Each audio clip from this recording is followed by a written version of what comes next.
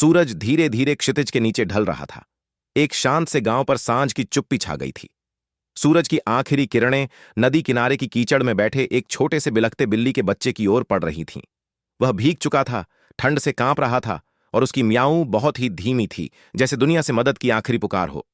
राह चलते लोग उसके पास से यूं ही निकल गए जैसे वो वहां था ही नहीं। दूर कहीं बादल गरज रहे थे और कुछ कौएं उसके ऊपर मंडरा रहे थे। वह बिल्ली का बच्चा अब पूरी तरह अकेला था, खोया हुआ, डरा हुआ, बेसहारा। उसी समय हवा में एक मीठी बांसुरी की आवाज गूंजने लगी। यह स्वर इतना मधुर, इतना शांत था कि जैसे पूरा वातावरण थम गया हो। आकाश के बादल धीरे धीरे हटने लगे। एक नीली और सुनहरी रोशनी चारों ओर फैल गई। उसी प्रकाश में से एक दिव्य आकृति प्रकट हुई। भगवान श्री कृष्ण। उनके नेत्रों में शांति थी, मुस्कान में करुणा, और सिर पर मोरपंख से सजा मुकुट धीरे से हिल रहा था। उनके हाथों में बांसुरी थी, जिससे स्वर्गिक धुन निकल रही थी। वे धीरे धीरे उस बिल्ली के बच्चे की ओर बढ़े।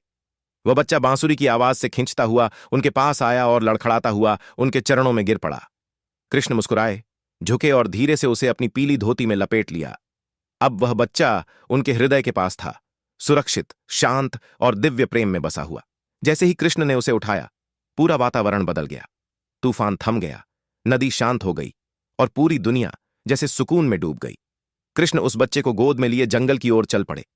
पर यह कोई साधारण जंगल नहीं था। उनकी प्रत्येक पग पर फूल खिलने लगे, पशु पक्षी श्रद्धा से उन्हें निहारने लगे और पेड़ उनकी ओर झुकने लगे। बांसुरी की मधुर धुन अब पूरे जंगल में गूंज रही थी। वह बिल्ली का बच्चा, जो कुछ पल पहले ठंड और डर से कांप रहा था, अब दिव्यता की गोद में शांति से सो रहा था।